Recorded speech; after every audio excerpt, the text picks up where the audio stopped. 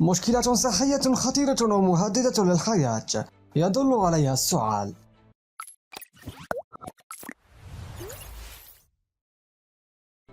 يعتبر السعال إحدى أكثر الشكاوي الشائعة التي تدفع الناس لزيارة الأطباء حول العالم، وعلى الرغم من أنه غالبا ما يكون مشكلة عابرة وبسيطة يمكن علاجها بسهولة، إلا أن السعال المعند والغير المستجيب على العلاج ربما يكون علامة على مشكلة صحية خطيرة ومهددة للحياة.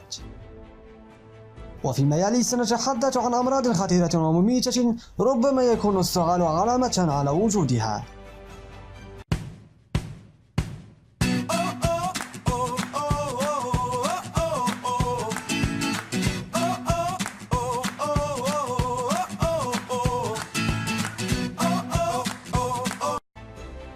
السعال الديكي أو الشهوق.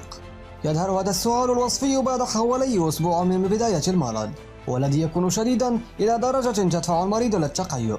لذلك إذا كنت تعتقد أنك ربما تعاني من مرض السعال الديكي، سارع إلى استشارة الطبيب لإجراء فحوصات لازمة وتلقي العلاج المناسب. سرطان الرئة.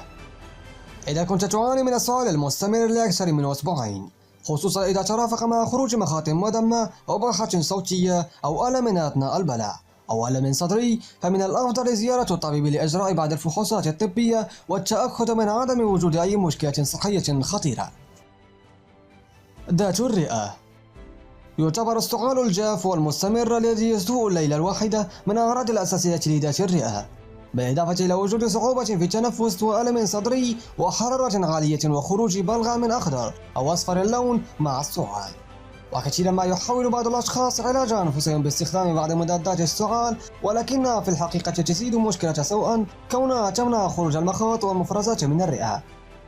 لذلك إذا كنت تعاني من السعال المستمر مع تعب عام وحرارة فلا بد من استشارة الطبيب الذي سيصغي أصوات صدرك باستخدام السماعة، ومن ثم يمكن إجراء بعض التحاليل والصور الشعاعية لتأكيد التشخيص والبدء بالعلاج المناسب. السل، وهو مرض شهير الذي يصيب في الغالب مرضى ضعيفي المناعة مثل مرض داء السكري والسرطان وغيرها، ويشاع في الأوساط الفقيرة والتجمعات الكبيرة والمكشدة كالسجون مثلا. ويحدث مرض السل نتيجة الإصابة بنوع من البكتيريا تدعى بالمتفطرة السلية، ويتميز بأعراض تشمل السعال المستمر لأكثر من 3 أسابيع مع ألم صدري ونقص في الوزن وتعب عام وحرارة وتحرق ليلي أو سعال مختلط بالدم. وبدون تلقي العلاج المناسب يمكن لمرض السل أن ينتشر إلى مناطق أخرى في الجسم ويتسبب بوفاة المريض.